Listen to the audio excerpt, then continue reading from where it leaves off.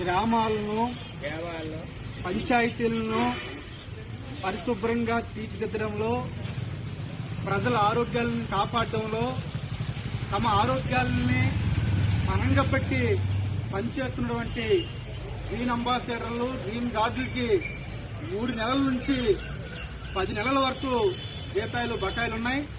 వీరికి చెల్లించేది కేవలం 6,000 రూపాయలు.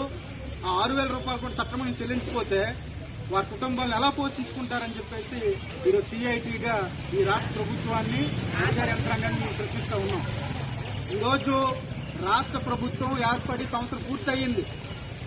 మా ప్రభుత్వం వస్తే కార్మికులందరినీ ఆదుకుంటామని చెప్పేసి హామీ ఇచ్చారు.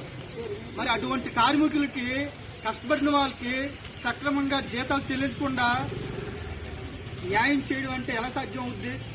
కాబట్టి బకాయి జీతాలన్నీ చెల్లించాలని చెప్పేసి, పిఎఫ్, ఈఎస్ఐ సౌకర్యం కల్పించాలని చెప్పేసి గత రాష్ట్ర ప్రభుత్వం ఏదైతే జీవో ఇచ్చి 10,000 రూపాయలు పెంచుతుంటే హామీ ఇచ్చిందో దాన్ని వెంటనే అమలు చేయాలని చెప్పేసి, అదేవిధంగా పనిచేసే సందర్భంలో రక్షణ పరికరాలు, పనిముట్లు, పార, గుణపం లాంటివి వెంటనే ఇవ్వాలని చెప్పేసి తదితర డిమాండ్లతో ఈరోజు రాజ్యం ఎంపీడీఓ ఆఫీస్ దగ్గర ఆందోళన చేస్తున్నాం.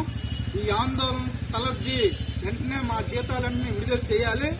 లేకపోతే భవిష్యత్తులో ఈ ఆందోళనని జిల్లా వ్యాప్తంగా, రాష్ట్ర వ్యాప్తంగా పెద్ద ఎత్తున చేస్తామని చెప్పేసి ఈరోజు సిఐటి పరంగా